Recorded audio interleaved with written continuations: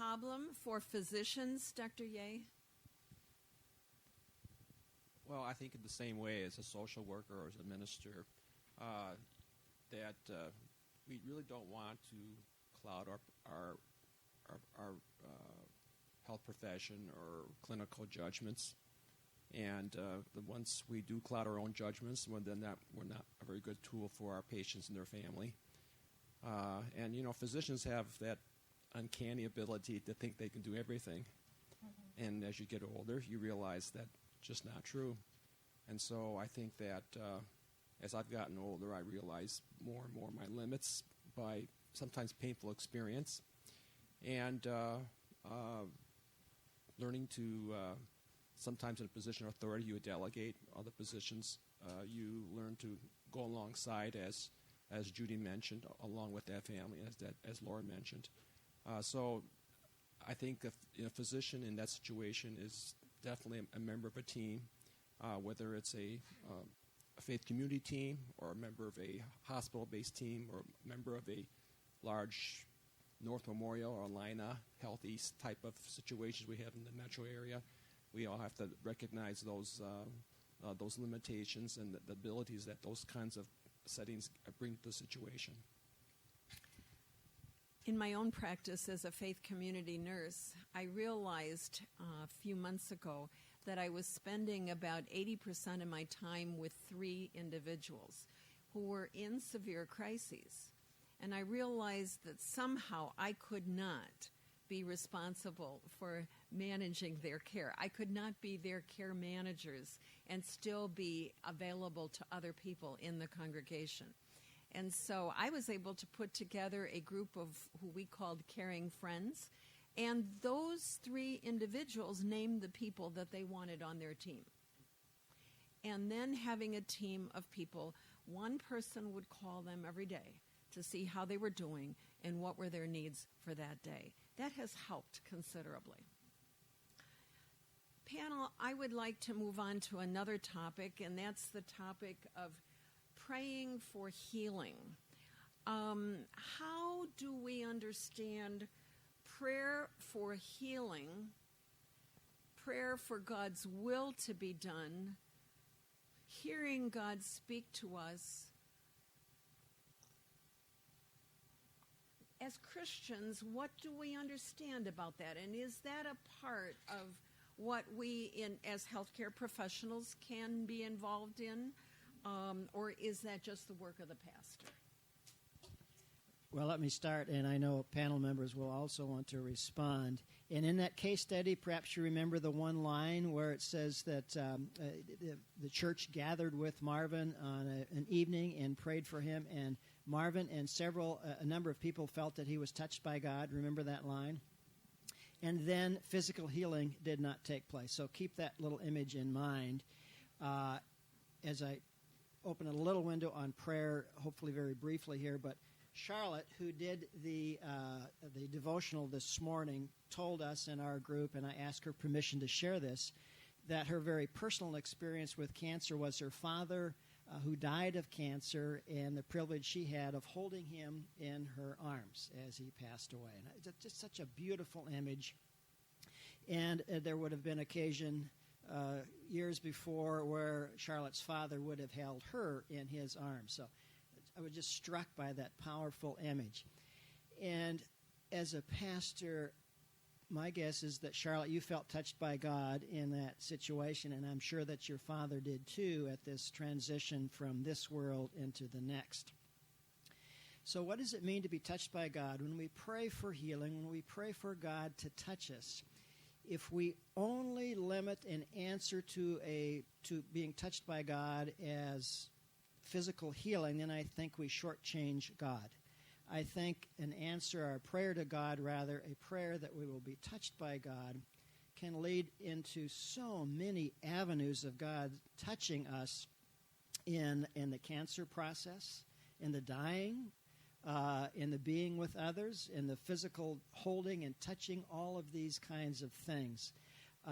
So when I think of prayer for healing, when I think of the touch of God, I think of all of these things, in Joanne's presentation, there was the line, the unique opportunities that are provided. And I think prayer and being touched by God and moved by God can be perhaps an unexpected benefit in the whole process. Having been the recipient of many prayers for healing, and I am on the lucky side of that, or the blessed side of that, but sometimes those prayers act in such little ways. They give you the courage to get up that morning and get dressed and walk into a place that you don't want to go, and they put a song in your head all the time.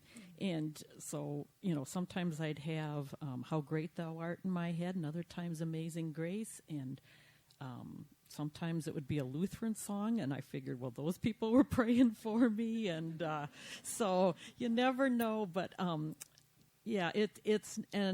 having been through my a family's member's mother-in-law passed away a couple weeks ago of multiple sclerosis, long-term devastating illness.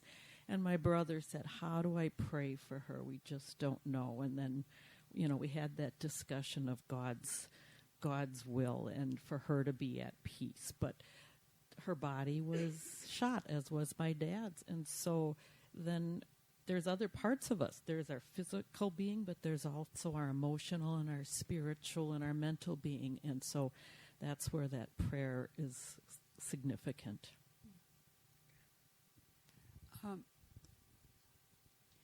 I like to use this writing that I had seen some time ago, actually, when I was at a conference similar to this, and it was showing the difference between healing and curing. And I do believe that a lot of people want to come to and experience a healing ceremony or service that the church offers because they think of healing as curing. And for all of us to be able to be clear in our own minds that there is a very big difference. And just to do a couple of the lines from there, cure separates body from the soul. Healing embraces the whole. And I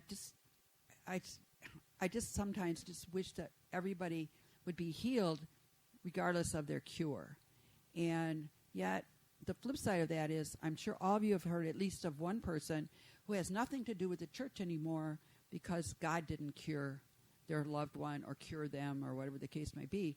And they had gone through a healing ceremony and, in fact, had not been healed. Had not been cured. Consequently, had not been healed, and God had not heard them, and they're not going to have anything more to do with God. So there is some danger, I think, even in putting those two words together for people thinking one would lead to the other. If I would only do this, then I would be cured. And in view of time, I'm going to tell you something very quickly. But I had a stroke 23 years ago. Very devastating at work, a very severe stroke. And as time went on, almost a year and a half, I still wasn't able to walk. I used a cane. I did all these other things. And I prayed every day. God, please, listen to me. I will do anything for you. Just let me walk. I can deal with my arm if you just let me walk. I don't want to have to limp around and not get around very easily for the rest of my life. And this went on, for a long time. And then, and I didn't even realize what I was doing and saying, actually, until one night, Ash Wednesday at Salem Church, there was the ashes for the first time in our not Catholic church. And our pastor said they're at each end of the altar, and you can go by and put, your own cross on if you choose. And I was like, couldn't stand even close to those ashes because they were me. My former self was truly gone. That night I did have a healing dream. And I saw God reach down with his hand and pull me out of that ashes. I don't walk today like I would like, but I am healed. And I cannot tell you the peace the next morning. And that, to me, is the essence of healing. There's a peace that passes all understanding. There's that peace that you wish for every person in this scenario. And that healing would have brought that to them. And I don't know if it did or not, but I think that's where we need to really have this emphasis when we come to healing services.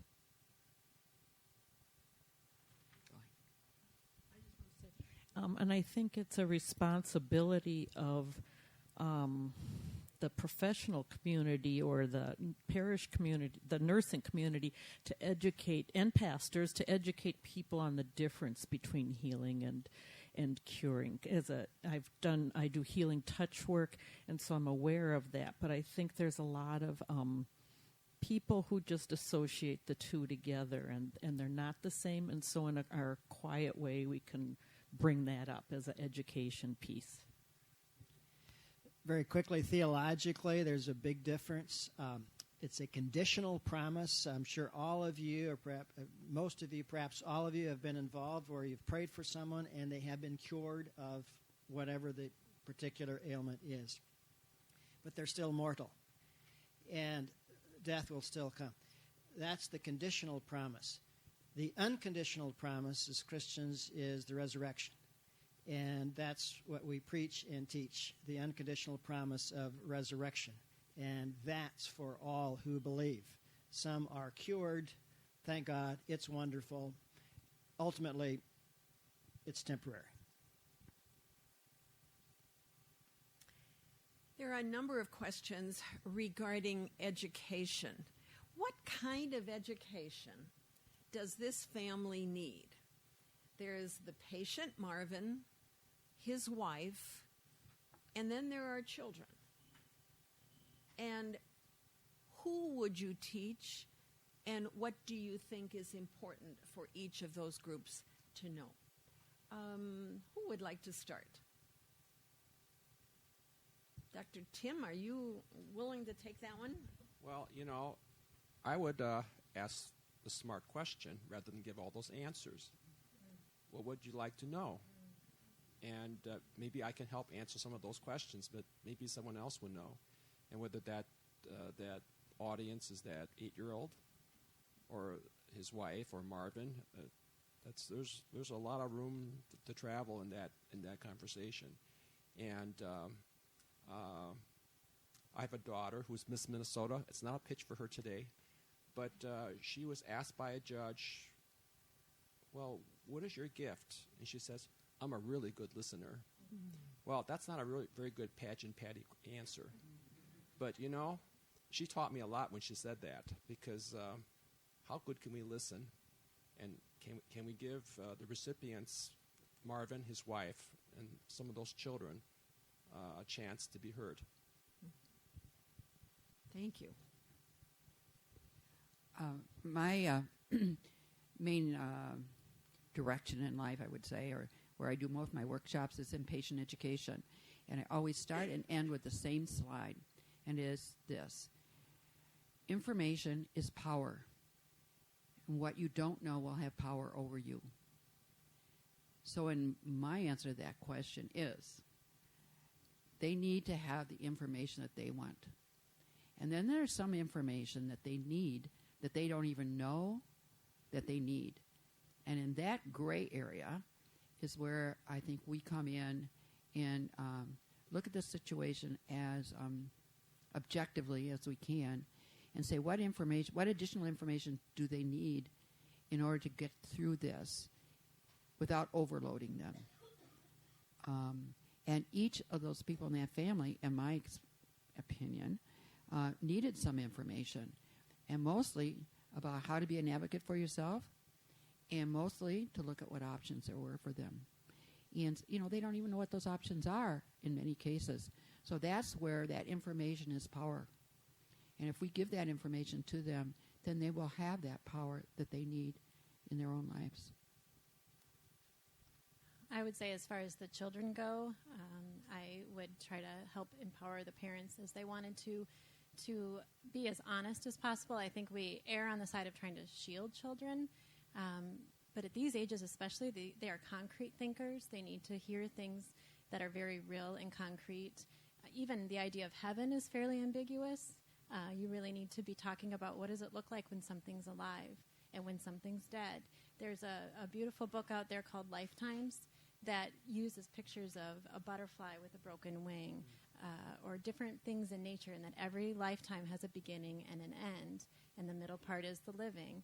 But it just is so helpful to use those. I have a wonderful youth bereavement specialist that I work with, and she has all sorts of different bugs or different things that she uses just to show, is this bug alive? How do you know it's not alive? What does it need? What does it not need if it's living or it's not living? And I think that we need to remember to kind of get back to the basics of that. And I would definitely agree with Dr. Ye as far as only answering what they're asking. I think sometimes we can over-explain things too, and just start where that child is and what is it that they want to know. What are they scared of? What questions do they have? Some aren't going to want a lot of information, and some are. So it's starting where they are and being sensitive to that. And then when you get into funeral planning, kind of just being, again, very thinking about the specifics, the things that they're going to see, smell, hear. If there's going to be an open casket, what is that going to look like? Is that something that they want to see? And ask them and prepare them, and just being as honest as you can. You're going to see some adults laughing, but that's okay because they're telling a story about something funny. Or you're going to see some people crying, and just helping them as much as you can, preparing them for the moments ahead. And maybe, Deb, would you also address this issue? What about like Sunday school teachers, youth leaders? Do they have a role in helping support this family and teaching the family? Or is this only done by healthcare professionals? Well, I happen to teach in a faith community, and so that is a huge part of their schooling. And so since many students go to public schools, it is the role and the duty of the church to just keep your eyes and ears open. And I'm going to go back to what Dr. Ye said, is the listening piece. When my dad was going through hospice, the people, both, earlier on in the hospital, they would go over meds over and over and again, and I'm kind of like rolling my eyes like, Mom, I got it, and the rest of us are Mom. But she needed to hear it over and over again in a simple way that she could understand, because when you're going through the process, you're not your full functional self. And at one point I thought, how can I have breast cancer? I don't know anything about it. And then you get overwhelmed with information, and you have to take a vacation from that completely. So it's a team effort with the listening, and especially, most kids are going to public school, so that's where they need those Sunday school teachers, not to call them out in front of people, but just to, greet them warmly, just a gentle touch on the shoulder, those little tiny pieces that they might not be getting from their mom or dad who are so busy with other things. And extended family can also do some of that kind of caring, nurturing piece. One person asked or wrote a card that said, if you have an oncology team, then it doesn't seem that there's a need for the faith community nurse at the time that someone is going through a process like cancer. What I would say is that our roles are different. And I have never felt like, as a faith community nurse, like I didn't want the hospice nurse there. And I think the hospice nurse and I have been able to work very, very well together, but our roles are different. I don't think that if there's a chaplain with the hospice team, the local pastor ought to stay away. I think we need the pastor from the local church as well as the pastor from the oncology team or the hospice team. So I think there's a lot to be done, but our roles are different. Do any of you want to add anything more about that, about education or that kind of emotional support? Well, when I was involved in hospice, I can remember patients going home that had parish nurses at the other end or something similar anyway, I was ecstatic because now I knew that there was going to be that connection into the community and somebody that was going to be available to be able to connect all the dots with this particular family.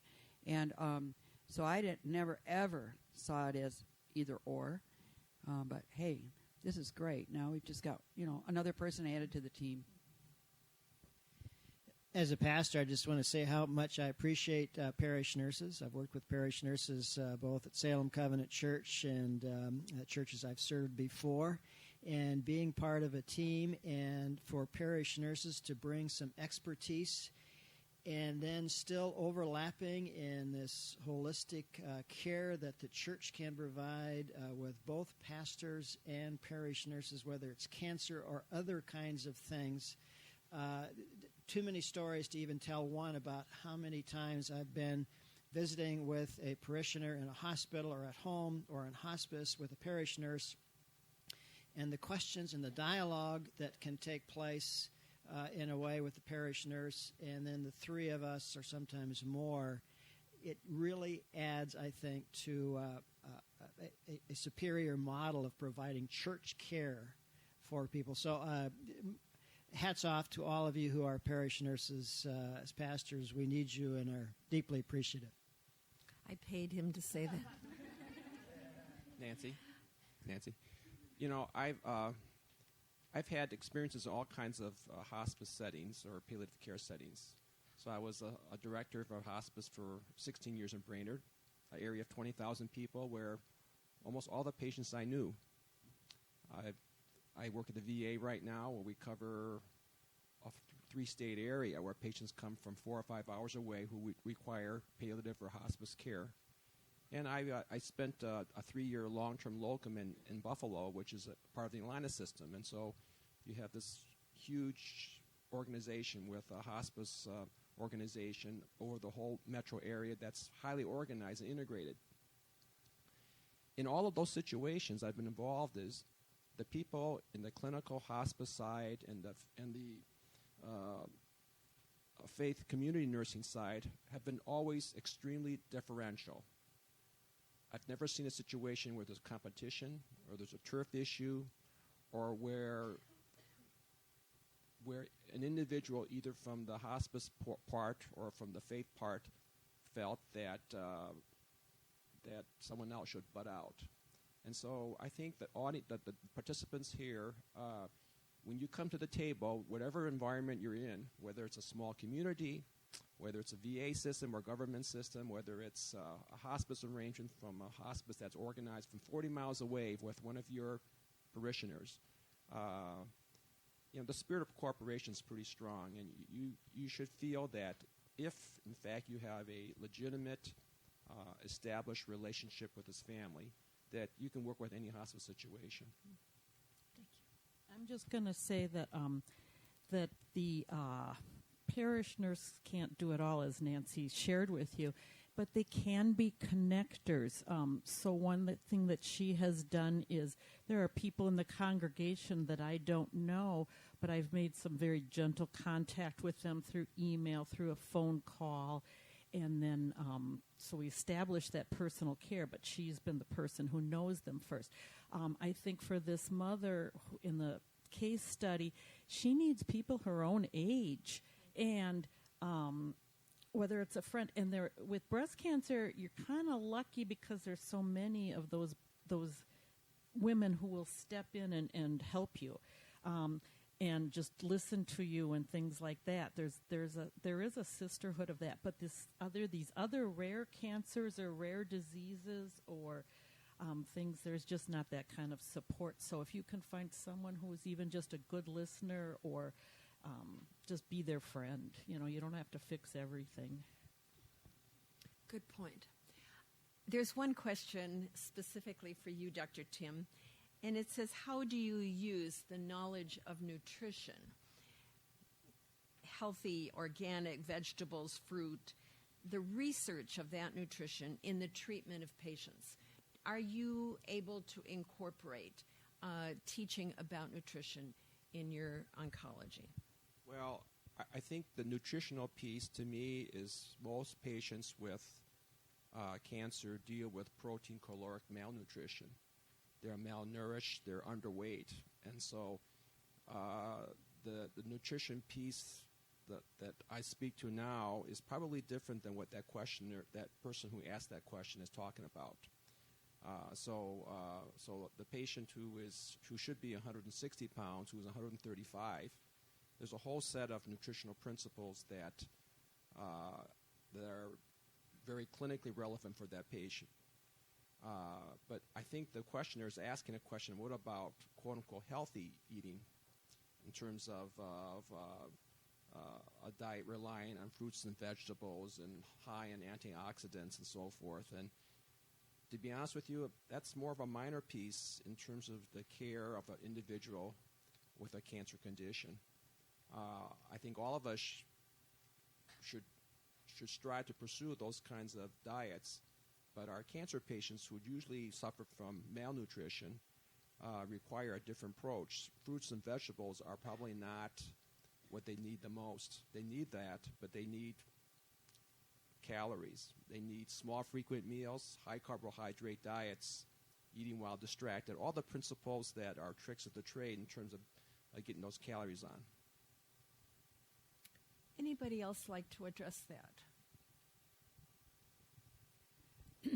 I think you're right when you say if a person with cancer comes, they probably don't need to hear about fruits and vegetables at that point because they're eating it. Its situation is really almost in the toilet.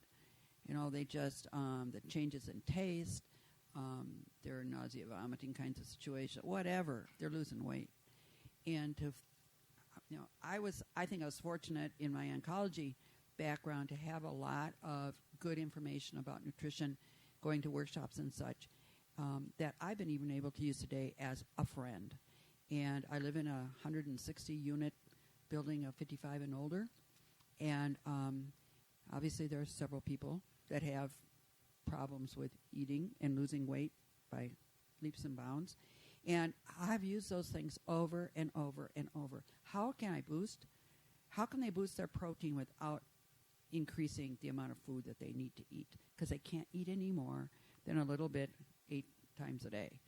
And, just simple things like add dried milk to everything adds a tremendous amount of protein without adding any additional food for them to eat. So, I just think I'm really lucky to just know all that stuff off the top of my head now. But there's a lot out there that's written in the nutrition books about how to help people, encourage people, give them hints for not only having to drink Ensure, but other options. Because you'd never get me to drink Ensure, so just forewarn you if you come to my house.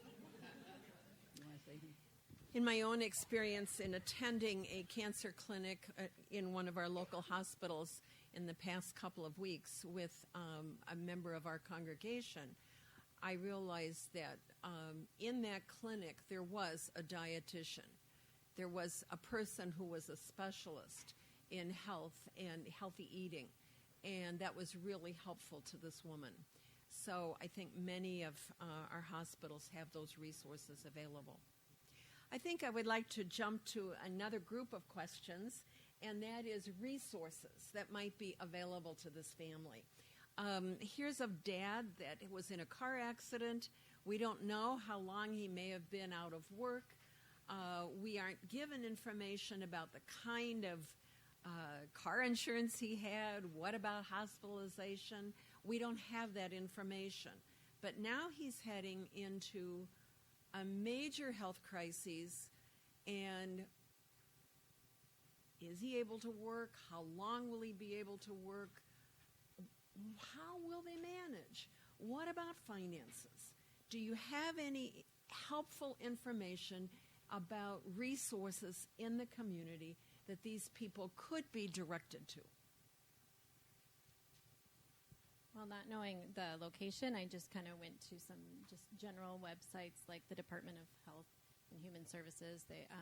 would have information. I was thinking even down the line when possibly the care was going to become too burdensome for her at home, just looking up home health agencies, and you can get ratings on them, looking up skilled nursing facilities and also finding out ratings on those, getting hooked up possibly through the county with a social worker, financial aid, things like that. If they've been in the hospital system, they hopefully have had some contact with a social worker that would be able to know what's appropriate for them and what's in the area. That's a good place to start. Social workers are stretched very thin in the hospitals, unfortunately, but they should demand some FaceTime, I would think, or have an advocate kind of help them, because you can do it, and you can go to websites and find information, but to have someone that does this all the time and that has these resources at their fingertips and knows how to just get in there, make some phone calls, and get some information is super helpful.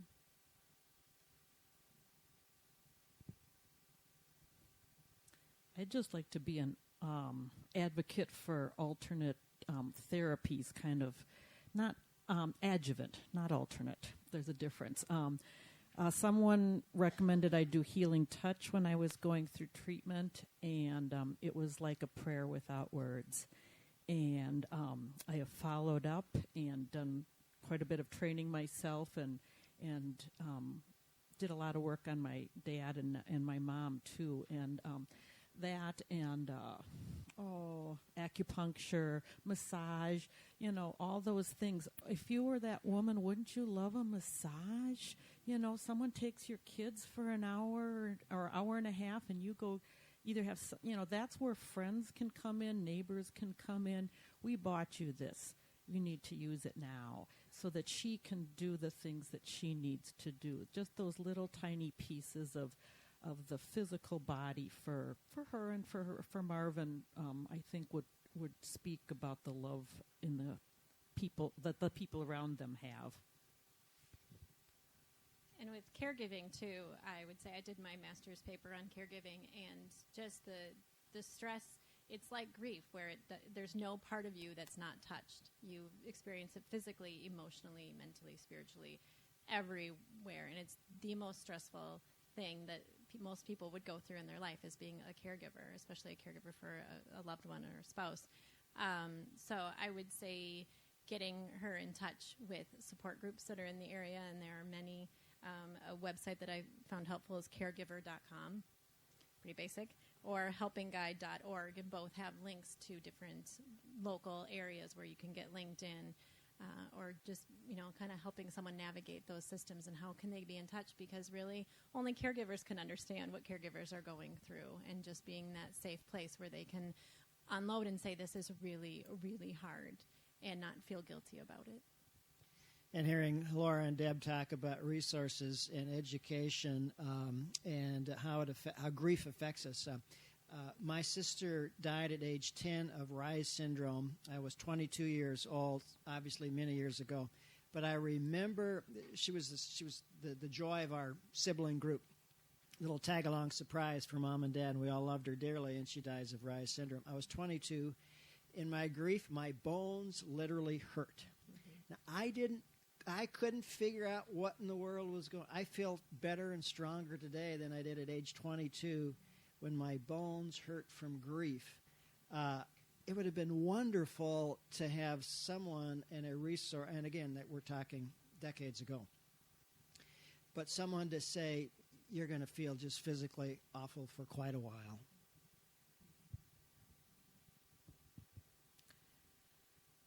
And in terms of resources, I suppose that is one thing the parish nurse or the faith community nurse gets to be pretty good at. I think we are good people to help that family find the resources that they need. I have certainly spent lots of time helping people to find money for the cost of their medications. I've been able to go to the ombudsman of their insurance companies and talk to them. I certainly have been able to go to Senior Linkage Line and be able to find community resources. I've called the county community services to find out what was available. Was there somebody that could come and just clean the house? Was there somebody that could just come and help provide transportation so the children could get to their games. We can do that. We're pretty good at that. In closing, I would like to, excuse me, there's a question. Corinne.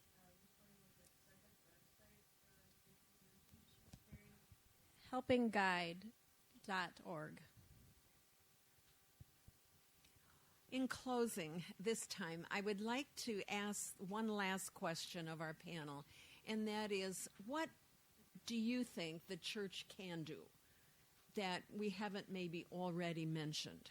We have mentioned Deb's cancer support group, and I might add that that's not just for the person with cancer, but also family members who have someone that is going through cancer. They are welcome to come. We also have a caregiver support group, and that is significant, I think, in being able to help these caregivers to get the support they need. What other things do you think the church can do? I would answer that by saying allow them to have a safe place. You know, we talked a little bit about in our table about small groups and how that's a good environment because the person can be safe and real and raw, because there's nothing about this that is easy or pretty.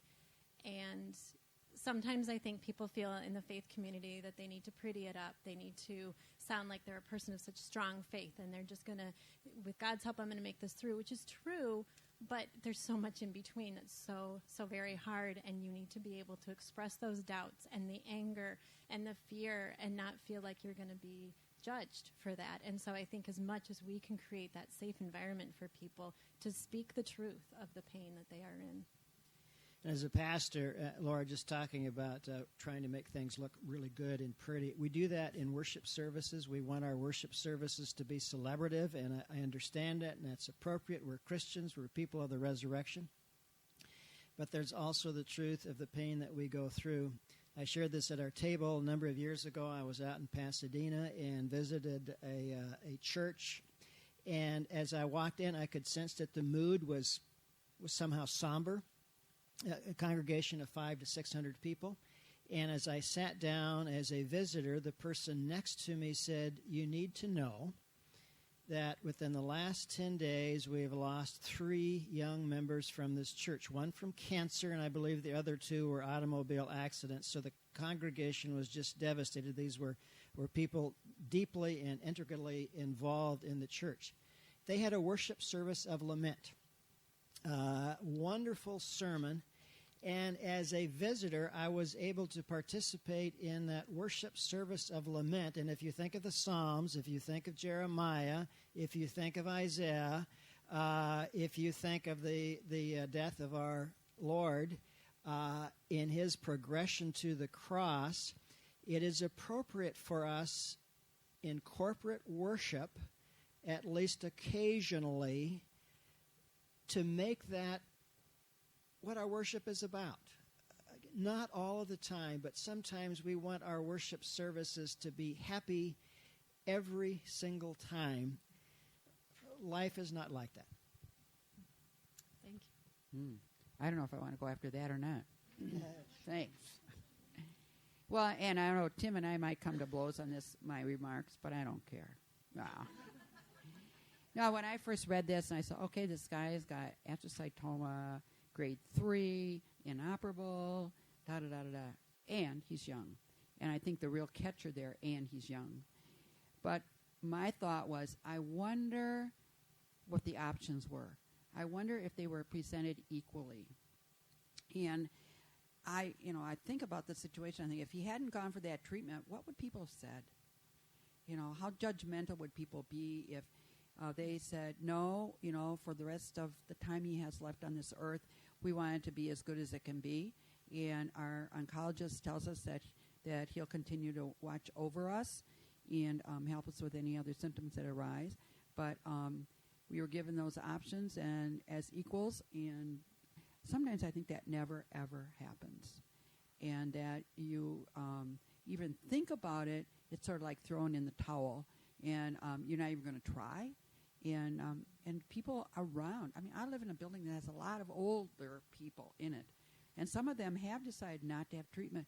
And I can't believe the condemnation that goes on about their choices. And I go, no.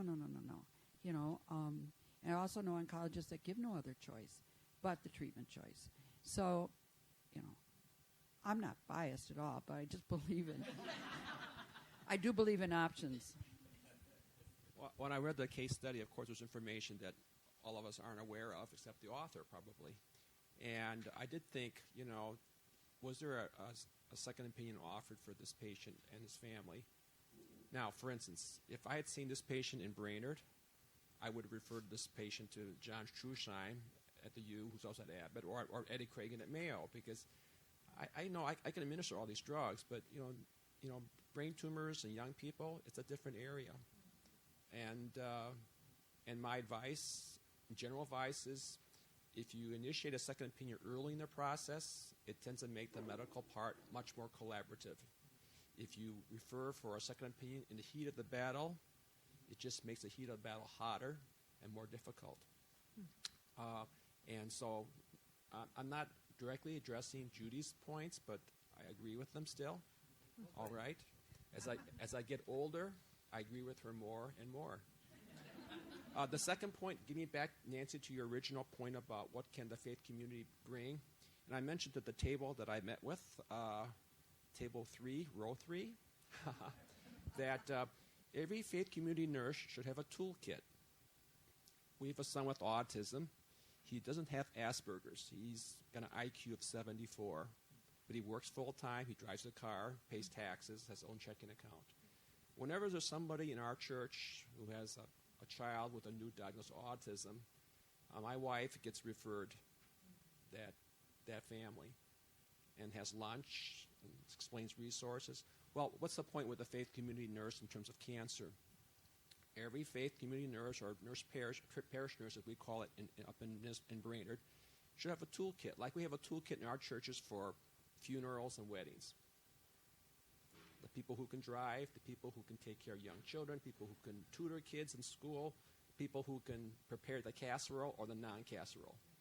But the point is that at the fingertips of that nurse should be that toolkit to disperse those resources, to avoid compassion fatigue that all happens with people who are strong volunteers, and modeled just like our funeral and wedding brigades in our church, but much more expensive, much more sophisticated, and teaches and touches needs that go on for a long time.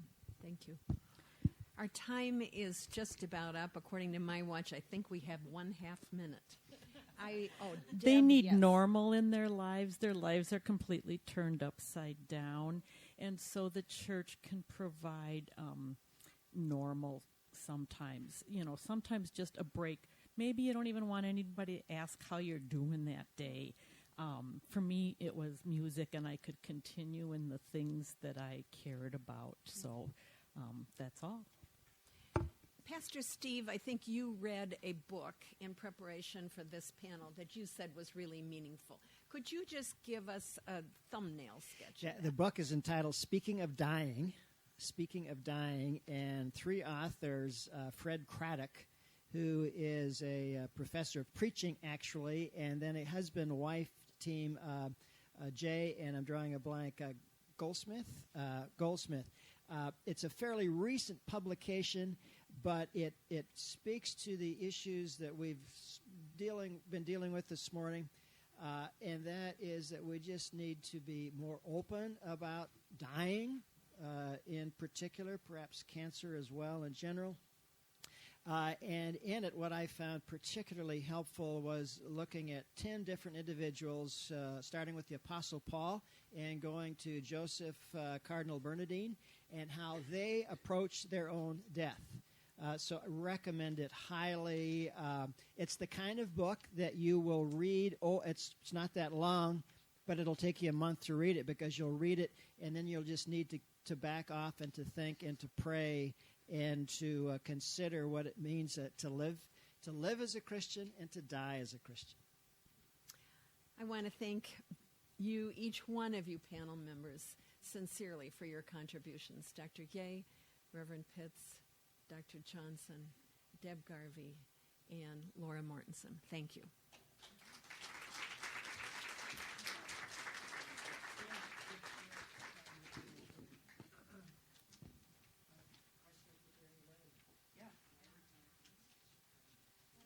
That was too short, don't you think so? That's great. What Talentair is here, and I'm sure they'll be around for a little bit if you have other questions that you need to ask them. I just want you to know that in this packet of cancer resources, that book that he mentioned is in here, speaking of dying, and so you can find the information there. There's also websites in here, and a lot of the materials that you see out here, you can order more off of some of those websites, and you can find them in this packet. The Brooklyn Park Free Church table with the prayer shawls is giving away a prayer shawl, and I have a winner, and it is Mary Hafner. So you can stop by and pick it up. Remember that to fill out your evaluations, and as you go to have lunch, give her, there'll be someone there picking up your evaluations, and then you can get your lunch. I want to thank again Joanne and Nancy for their expertise and leading us today, and all the learning that we were able to gain in our panel. I want to thank New Hope Church for hosting in this wonderful facility. It's really been great to be here, especially Jenny, the faith community nurse here. I want to thank Elam Care, who sponsors this workshop and is really a support to us as faith community nurses. At the end of our time today, we're going to take time for any of you when we discuss a topic like this. We know that many prayer needs come up in your own life and the life of your family. And so I'm going to ask if our Faith Community Nurse Board would come up front right now, and we will be available at the end. If you want to come up and have individual prayer with us, you're more than welcome. On the bottom of our sheet, you will see the dates for our upcoming programs. In the spring, we have a networking events for nurses, and next fall we'll have a general workshop again. If you'd like to host a workshop, just let me know. We'd be happy to come out to your church. If you'd like to know more about having a faith community nurse in your church, that's exactly what I do. I'd love to sit down and visit with you and meet with your pastor or your leaders. Be sure and contact me. My card is in your packet. My name is Mary Vanderwerf. I'd like to close in prayer. Father, I just thank you for this opportunity to come today as a group of faith community leaders, nurses, health-interested people, to find out what we can do to reach out to others in our congregations and, as Joanne mentioned, in our communities, people that need a touch from someone in their time of need. Continue to show us where we can help others. Thank you for the food that we are going to be able to share together. And thank you for your protection over each one of us. In Jesus' name I pray, amen.